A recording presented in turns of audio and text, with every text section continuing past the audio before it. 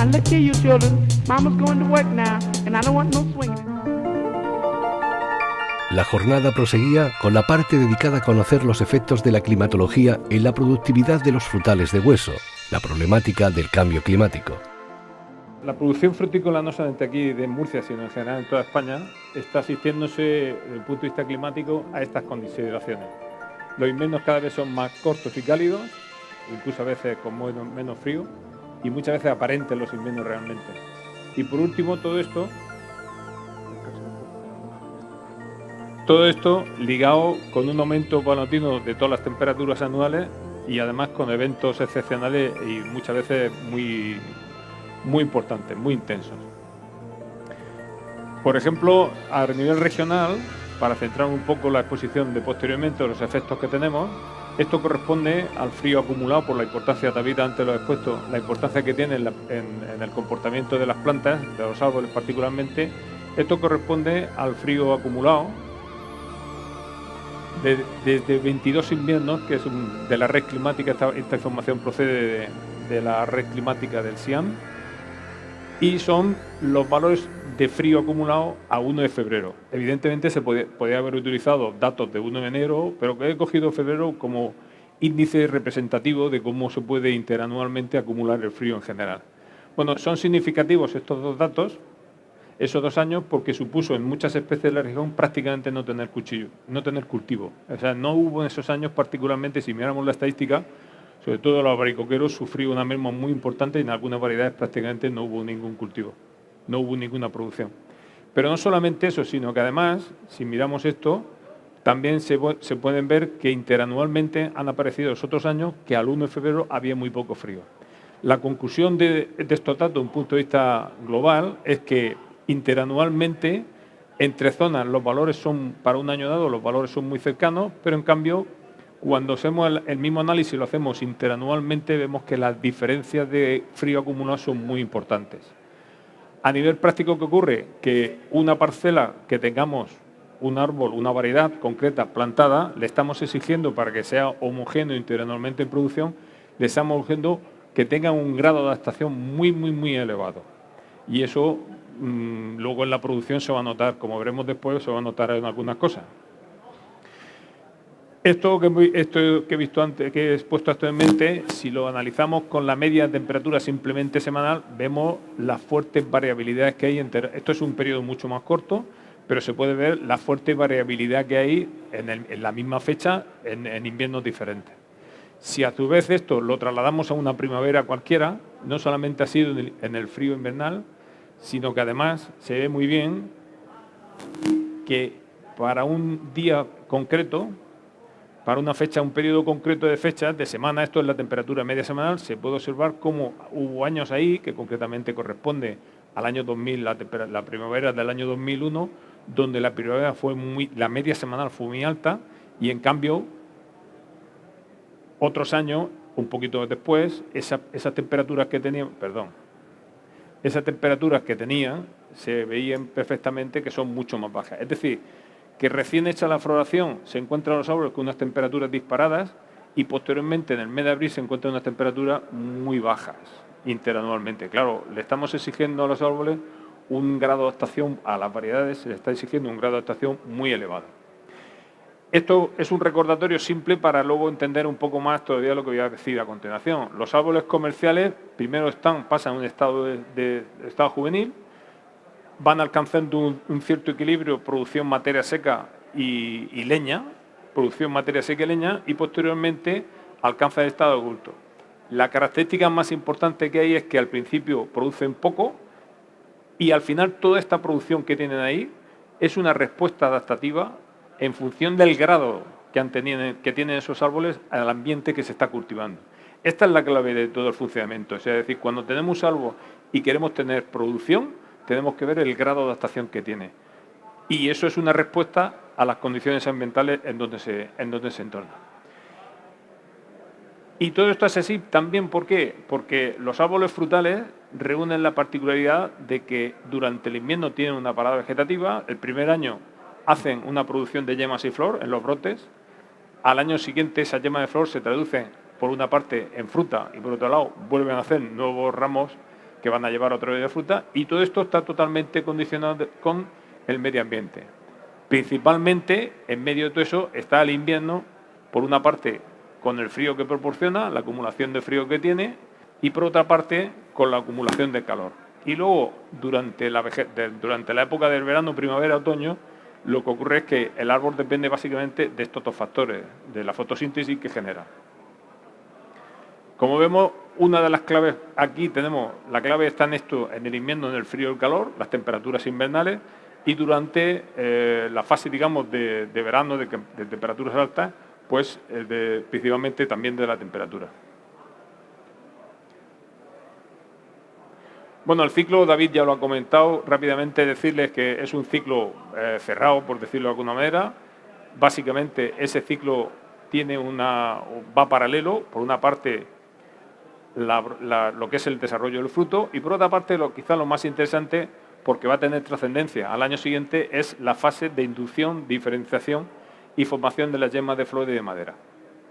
Por otra parte, una vez que la planta tiene partes verdes, se está generando dentro de la planta, se genera la fotosíntesis durante el día, y posteriormente esa fotosíntesis durante el día es óptima entre 15 y 25 grados. Evidentemente hay especies que con menos temperatura funcionan y con más temperatura también, pero las temperaturas más idóneas, más óptimas, son entre 15 y 25 grados. Por contra, cuando las temperaturas diarias con luz son menores de 10 grados y mayores de 30, automáticamente las mayoría de frutales tienden a desregularse internamente, y en consecuencia pues vienen ciertos desarreglos vegetativos que luego posteriormente voy a mostrar.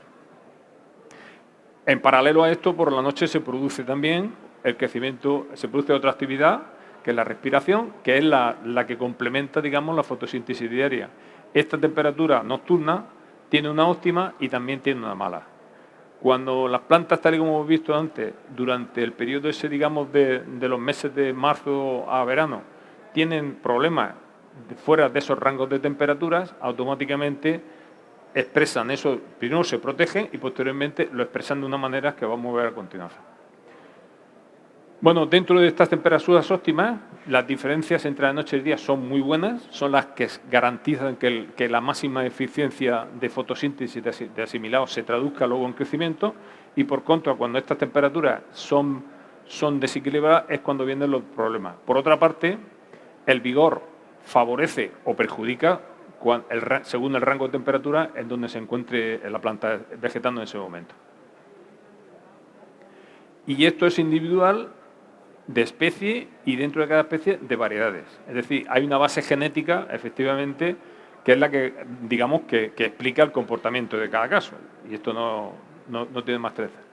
Bueno, a partir de este momento yo me voy a centrar un poco desde el primer momento, cuando se empieza, para entender la productividad final, hay que entender al principio cuando se empieza a formar las yemas de flor, cuando se empieza a diferenciar las yemas de flor. Bueno, esto es el proceso de crecimiento, de inducción, diferenciación y formación de yemas de flor en frutales de hueso, que normalmente empieza en el mes de junio, julio, depende de algunas especies, se produce antes, unas después. Durante todo el verano se desarrollan esas yemas, los meristomos van evolucionando, de tal manera que cuando llega agosto, septiembre, y sobre todo en octubre, ya tenemos prácticamente los pistilos, y ahí los granos que van a ser, o sea, la parte de las anteras que posteriormente serán los granos de polen previo a la pasada de invierno del frío invernal. Cuando esto lo llevamos de un punto de vista práctico, ahí tienen la parte que va a ser posteriormente los grados de anteras sin el polen todavía, porque el polen se forma al final después del frío.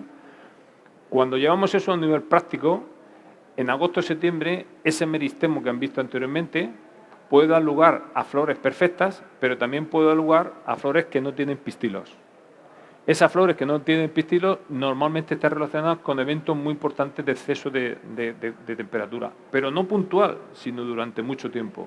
¿Por qué? Porque, volviendo un poco al análisis anterior que les decía, es que el paso de meristemo indiferenciado, como tiene aquí, a un meristemo diferenciado en este proceso que se produce en el mes de agosto-septiembre es una consecuencia previa, y si en el momento el consumo, la presión atmosférica, la temperatura que hay es tan alta que desequilibra la planta, y la planta, para, entre comillas, protegerse, lo que hace es que se desarregla y en vez de producir una flor normal, pues produce esto que tiene ahí. Esto este año es un año, ha sido o está siendo un año interesante para comprobarlo por los eventos tan importantes que hemos tenido el verano pasado.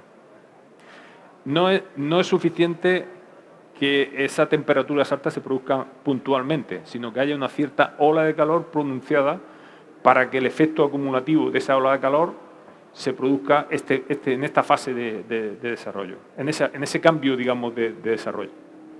Evidentemente, tampoco todas las flores se afectan igualmente. Hay unas que se afectan más según el desarrollo. Pero también es cierto que una vez que la yema, el pistilo, se ha empezado a diferenciar, ese pistilo que tienen aquí, ese pistilo, según la respuesta que tenga en el ambiente, puede dar lugar a dos pistilos, que esos a su vez dan lugar esos dos pistilos, y posteriormente son dos frutos, dos flores con dos flores que van a dar lugar a dos frutos. Pero, sin embargo, si el estrés es muy importante, en vez de producirse dos pistilos, se produce esta cosa, que son dos pistilos, pero que da lugar a frutos dobles. Y esos no son comerciales. También volvemos otra vez estos dos efectos que han visto aquí. Son, por ejemplo, aquí está en cereza y aquí lo van a ver en diferentes. Por ejemplo, este es melocotón, en nectarina. Ahí tiene el efecto. Este es un fruto comercial normal.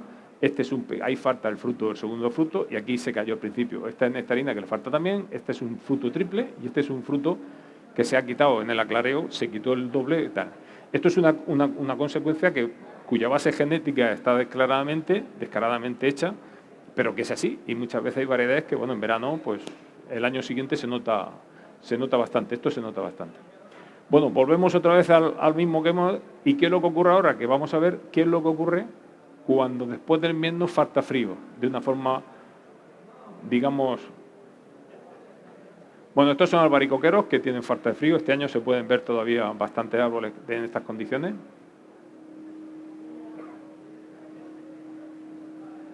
En diferentes grados. Observen la fecha, árboles sin foliar prácticamente empiezan a poner hojas el 11 de abril.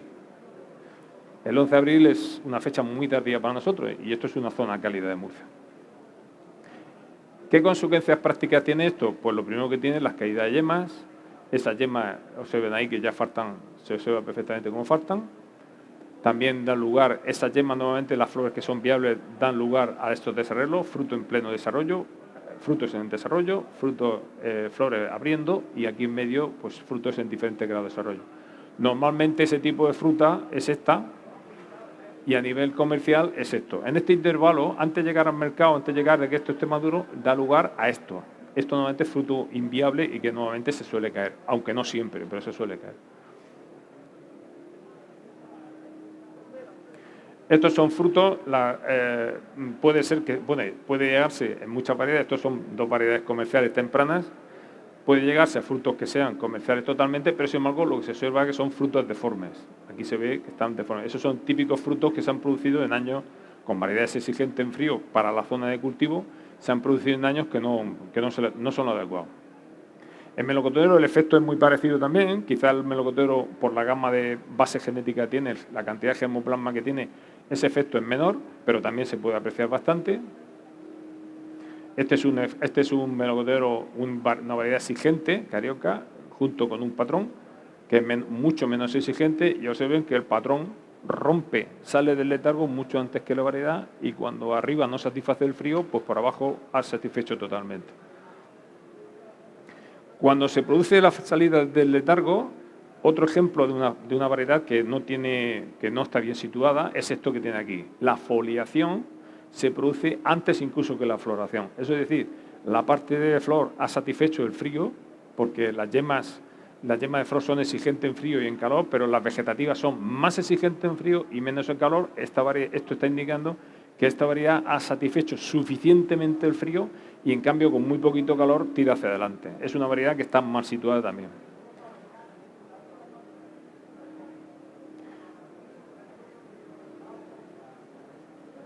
Otra cosa que estamos viendo antes, ya les he enseñado, otro problema añadido a la falta de frío normalmente y a los otoños cálidos muchas veces es esto que tiene aquí y es la macrostilia. La macrostilia exige una polinización cruzada, incluso en variedades que son autofértiles. Y esto tiene un problema, sobre todo en ciertas variedades de melocotonero, explica el por qué muchas veces que el melocotón no tiene problemas de productividad, te encuentras con tasas de productividad muy bajas. Esto es el desarrollo de los frutos melocotoneros por falta de frío. Hay un falso cuajado. Bueno, un falso cuajado no, hay una falta de cuajado, pero precisamente por los desarrollos vegetativos que la planta tiene. Y estos ya son efectos que se producen durante la fase de desarrollo ese que les comentaba, que se producen cambios bruscos de temperatura durante un cierto periodo con frío y calor. Estos son melocotones en nectarinas, por ejemplo, con un exceso de resetting simplemente por heladas nocturnas, que no haya calor, rocíos nocturnos, o simplemente si la baja temperatura, el fruto está muy desarrollado, como es este año, por ejemplo, que los frutos están muy desarrollados y viene una helada tardía del mes de abril, que no es que sean tardías, sino que es que el fruto está muy desarrollado, pues se produce necrosis a nivel de los huesos, con mucha rotura, ahí lo tiene. Este es un fruto normal, en el mismo árbol, y sin embargo frutos desarrollados. Claro, este año es un buen año para reflejar todo esto que estoy comentando, porque esta semana que viene se va a coger en campo, en las zonas precoces nuestras, nectarinas y albaricoques, y en el interior se están helando los melocotones y los albaricoques. O sea, en menos de 50 kilómetros los desastres, entre comillas, que tenemos este año. Bueno, esto es otro ejemplo de lo que anteriormente estaba explicando. Frutos que se van quedando atrás, estos frutos caen al final. Todo eso viene como consecuencia de la falta de adaptación de estas variedades. A veces esto es el primer paso. Este es un fruto, si observan ahí, ese fruto ya se está poniendo, va a caerse igual que esto de aquí. No crece, llega un momento determinado que se ralentiza el crecimiento y no crece. Y bueno, yo creo que esto... Y al final, bueno, eso incluso a nivel comercial muchas veces está asociado a defectos comerciales que cierto tipo de variedades presentan, los cracking de las cerezas, o incluso el cracking en las nectarinas, o los cracking de... Todo este tipo de desarreglos muchas veces están relacionados con los cambios bruscos de temperatura y sobre todo con esas temperaturas altas, con rocíos, etcétera, etcétera. Bueno, la caída, en los años que falta frío y vienen las producciones, se produce las variedades exigentes de melocotón, no tanto en albaricoque, sobre todo en melocotonero, se producen caídas anormales de frutos y los frutos se ve que en la maduración hay frutos maduros, sobremaduros y frutos que están totalmente verdes. Todo esto significa o frutos que están deformes. A fin de cuentas, la falta de frío o calor produce esto que tiene aquí. Comercialmente hay fruta, en el melocotonero hay fruta, pero esa fruta comercialmente tiene muy poco interés. Bueno, y al final, para hacer un resumen de todo esto que le está comentando, ¿qué es lo que nosotros, digamos, se está viendo ahora mismo? Y es que hay que prestar atención a la combinación patrón-injerto, hasta ahora no se... al estado de juvenilidad de la planta. No es lo mismo plantas juveniles que tienen poca producción y, digamos, el gasto energético lo hacen en crecer y poco en producción. La producción real que ha habido este año y la que el año pasado tuvo, ¿por qué? Porque el año pasado, si tuve mucha cosecha, el árbol, la diferenciación de yemas de flor que les he explicado, se condiciona, y si encima ambientalmente hay una cierta, digamos, agresividad, eso hace que al año siguiente la producción que haya se condicione bastante. Y por último, por descontado, el manejo del cultivo, que bueno, los agricultores, para eso hay gente que hace cosas muy bien y otra gente pues, que no termina de trabajar de todo lo bueno que quería, con lo cual las conclusiones son claras. Bueno, y finalmente, como una especie, digamos, de resumen de todo esto que han visto, a corto plazo, habría que decir que a nivel práctico el aumento de temperatura está teniendo, de hecho se puede comprobar perfectamente, un aumento positivo en aspectos relacionados con el comercio. Apareces primero en el comercio, con lo cual tienes un beneficio rápido en ese aspecto. A más largo plazo el tema es más complicado porque ya hay otras complicaciones relacionadas con el tema de la productividad. A igualdad de número de frutos por árbol van a tener los frutos menos tamaño, con lo cual hay pérdida de productividad. Pero para conseguir eso, pues bueno, va a haber más y la maduración se va a adelantar. O sea, es que el ejemplo que le he puesto de este año es perfecto. Es decir, este año las nectarinas que normalmente se cogen dentro de un mes, pues se van a coger este año un mes antes. ¿Por qué? Pues porque han florecido el árbol muy pronto, se le han dado unas condiciones en enero y febrero relativamente buenas para el crecimiento, y entonces, bueno, pues se va a producir una situación similar a la que te he puesto ahí.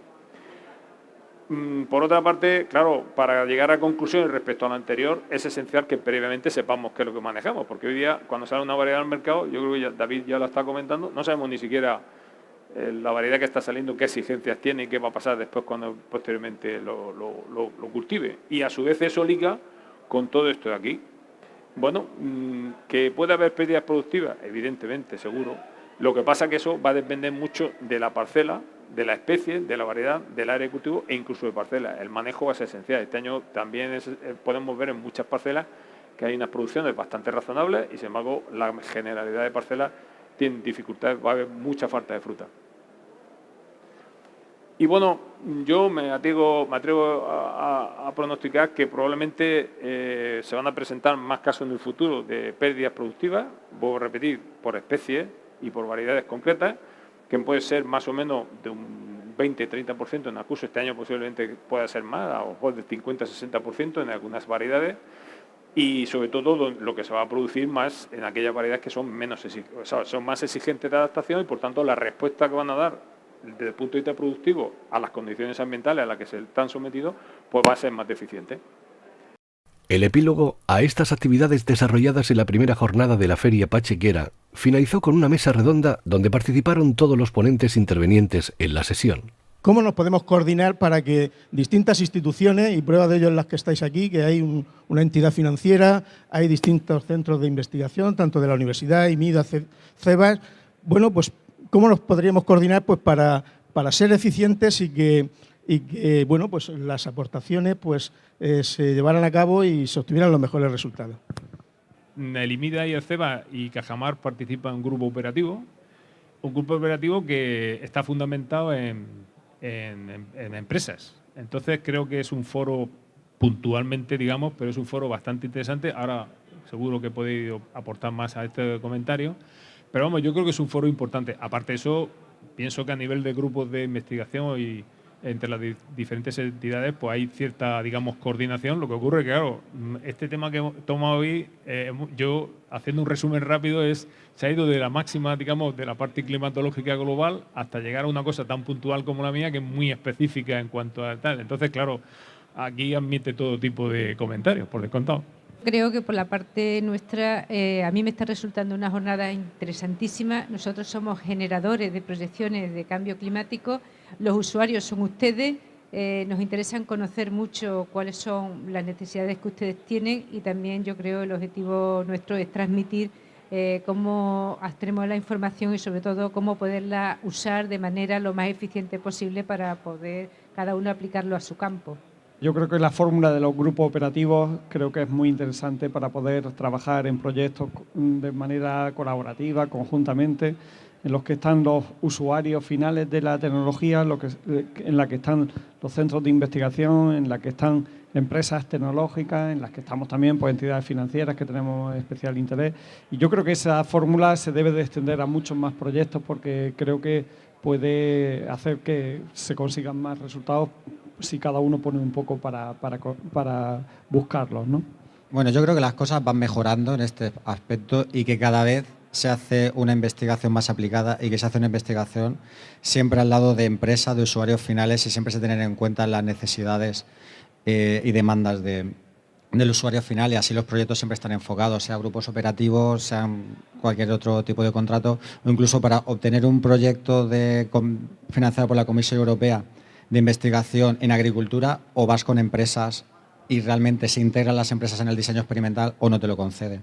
De manera que yo creo que ahí vamos bastante bien porque sí que somos ya conscientes de que tenemos que trabajar a la par los usuarios finales demandantes con los centros de investigación y cada vez en general estamos yendo más coordinados. Evidentemente, a lo mejor las fuentes de financiación sí que tendrían que hacer algunos foros en los que nos unieran a todos y pudiéramos ver lo que se está financiando y cómo estamos trabajando, porque a veces a lo mejor sí que falta información de los diferentes proyectos que hay, pero creo que, bueno, en tema de redes sociales y de Internet también nos favorece mucho la comunicación y creo que queda mucho por mejorar, pero vamos por el buen camino, creo que hemos mejorado bastante. El tema del cambio climático, la trascendencia y la complejidad que tiene, pues bueno, hace necesario, por una parte, que haya un abordaje multidisciplinar y luego que todos los actores de la cadena estén implicados. Entonces, efectivamente, las iniciativas como los grupos operativos, como su nombre indica, es ser operativo en dar soluciones a esa problemática y permiten que se incorpore pues, el sector productivo, el sector investigador, que sean además, digamos, estrategias y abordajes muy aplicados. Y yo creo que esa es la línea, ¿no? Se está iniciando y yo creo que lo que sí que hay que pedir a las instituciones y a los que bueno tienen ahí competencias que pongan los medios, la financiación para que eso se lleve a cabo y se pueda desarrollar. Bueno, yo creo que nos tenemos que ir contentos de aquí, puesto que al final yo creo que se sacan conclusiones positivas, es decir, hay posibilidad de hacer cosas, como lo han puesto de manifiesto los ponentes, y sobre todo vemos una buena predisposición para colaborar entre todas las instituciones, y yo creo que eso todavía pues, va a facilitar mucho más las cosas. Y además tenemos casi hasta final de siglo, como ha dicho Petra, 3, 4, 5 grados hasta final de siglo, y seguro que como todos estaremos entonces todavía vivos, pues todos tenemos tiempo para aportar soluciones. Así que muchas gracias a todos.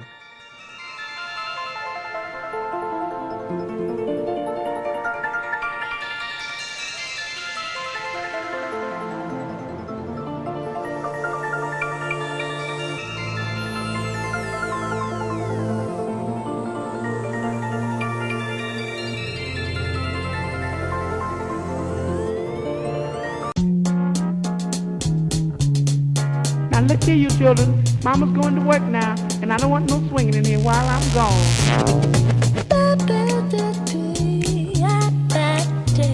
Mama don't allow no swinging in here. All right, we'll tell him, Mom.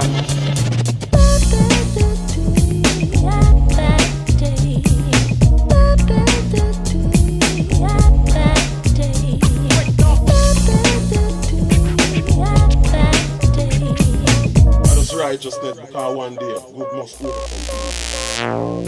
Mama said no swinging in here, I ain't scared. Cause swinging never hurt as long as you prepared. I'm tripping off your hips and the way you move. So come on. Suministro, calidad, explotación y producción avalan la existencia de Aguas de la Almanzora. Aguas de la Almanzora suministra agua para 24.000 hectáreas, Valle de la Almanzora y varios municipios. Avalada por un sistema de gestión de calidad y ambiental, explota el trasvase Negratina-Almanzora y produce 1.400 hectáreas de arroz en las marismas del Guadalquivir. Aguas de la Almanzora, cruce de San Francisco sin número, apartado de correos 118, teléfono 950-168-333, Huercalovera.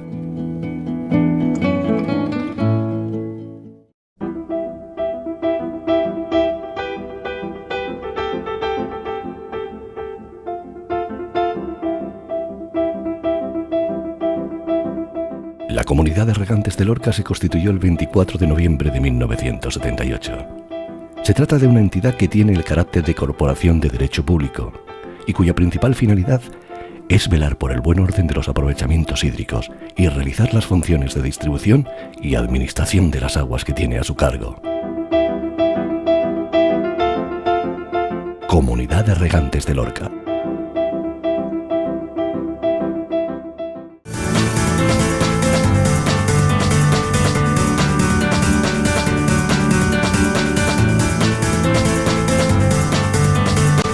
Construir sobre el pasado con la tecnología más moderna es la solución que ofrece SAP Los Guiraos. Multiplicar por 1000 es el objetivo cumplido.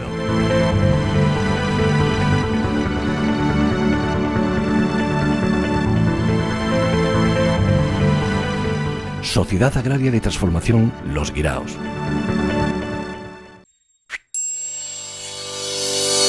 Cariño por la tierra y el producto. Tenacidad y visión de futuro. Décadas de innovación, esfuerzo y trabajo. Investigación como base del conocimiento. Sostenibilidad. Personas. Son los cimientos que permiten a Primaflor disponer de un producto natural, fresco y lleno de sabor. Primaflor, impulsada por la búsqueda permanente de nuevos modelos de futuro en el sector agroalimentario, es el mayor productor nacional de hortalizas y uno de los mayores suministradores del mercado internacional. 2.700 personas trabajan para proporcionar alimentos frescos y saludables a más de 25 países. Innovación continua movida por un objetivo: la producción sostenible de alimentos sanos, sabrosos y seguros. Bienvenido a Domingo Correas Asesores, Auditores y Abogados, una empresa dedicada al asesoramiento y consultoría de empresas profesionales y particulares desde 1983. Nuestras áreas de actuación profesional abarcan un asesoramiento completo desde la toma de contacto, puesta en marcha de la actividad económica y seguimiento continuado. Proporcionamos asesoramiento fiscal, financiero, mercantil, contable, laboral, jurídico y de dirección. Contamos con más de 35 años de experiencia y calidad en el sector, personal cualificado en formación continuada y el software más avanzado. En Domingo Correas Asesores, Auditores y Abogados, nuestros objetivos son los suyos.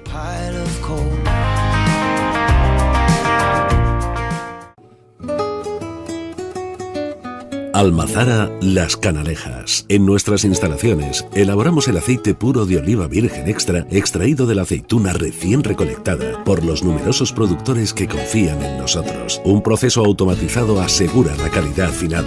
Recepción, limpieza, lavado, batido, filtrado y envasado. Así el producto que se obtiene es un aceite de oliva virgen extra de primerísima calidad e inmejorable aroma, color y sabor. Si apuesta por la calidad, venga a conocernos. Venta directa al público. Almazara Las Canalejas, Barriada Las Canalejas, Cuevas de la Almanzora. Teléfono 950-168-661. Un año más, somos los primeros en calidad y producción.